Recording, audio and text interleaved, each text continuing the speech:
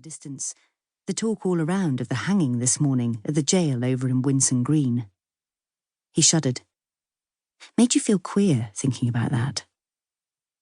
Jack tugged nervously at his collar and drew in a hot smut-laced breath. What were these two women doing anyway, coming to Birmingham? He'd picked up rumours in the house, some trouble, them needing a bolt hole. But he hadn't dared ask Mr. Watts. It all seemed a bit rum, and he was curious to see what these wenches would look like. Not that they were wenches, exactly, not by the sound of it. The Bristol train came steaming in, pulled by a magnificent, thudding beast of an engine. By the time the air had cleared and the bulk of passengers began to disperse, halfway along the platform, he saw two young women in plain grey clothes and straw bonnets standing uncertainly close together. They had to be the ones. In outline, he saw that the taller of the two had a stately bearing, her dark hair fixed in a sober style and fastened low on her neck. The other was smaller, almost elfish in appearance. Jack, while theoretically intensely interested in women, found that few of these real, alarming creatures seemed to cross his path. His heart began to pound like one of the pistons turning the engine wheels. "Here goes, my lad." Pulling his shoulders back, he strode towards them. 4 eyes fixed upon him, 2 of them wide with some emotion which, oversensitive, he mistook for snootiness. The face of this taller girl was grey-eyed and sternly beautiful, though even Jack could recognise that at this moment it looked hollowed out by exhaustion. The smaller girl's eyes were set in a heart-shaped little face with strong cheekbones, slender but definite brows, and brown hair hauled back under her hat.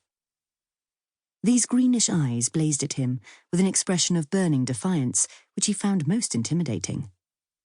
That look she was giving, it was fit to blow you over. She wasn't pretty exactly, not in a pin-up way, but my goodness, what a girl. Heart palpitating, he managed to raise the hat with self-conscious aplomb. "The Mrs. Henson, Mr. Ebenezer Watts sent me to meet you." Pompously, he added, "He found himself unable to leave the works this afternoon." As an afterthought, he held his hand out to the elder, less intimidating sister. "I'm Jack Sibwell. It seemed a lame finish. "I work upstairs." The two women nodded. Neither of them spoke, which was even more disconcerting. They seemed completely bewildered.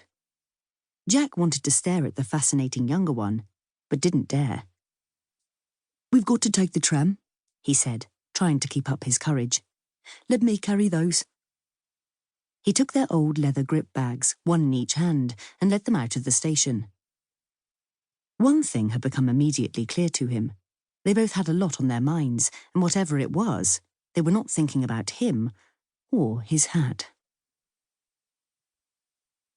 Each time the tram slowed, even a fraction, Margaret tried to look out between the swaying bodies in the packed carriage to see this great city which was to take them in.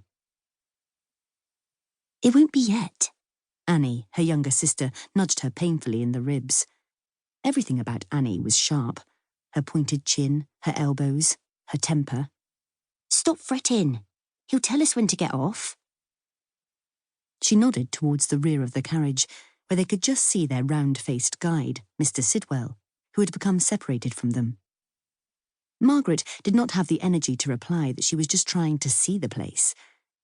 What she could make out, however, was overwhelming. All those buildings, all the traffic and people. As the tram crawled along, she stopped trying to look out. The high collar of her blouse, her cuffs, her corset, all made her feel imprisoned. In the stifling heat, a sick panic rose in her. If only she could get out. She was shut in here, in this strange place with the hot stench of all these people. "Anyway," Annie went on, seeming unaffected by the heat and having, as ever, to be right. "Birmingham's a big place." "Oh, do be quiet, Annie, please."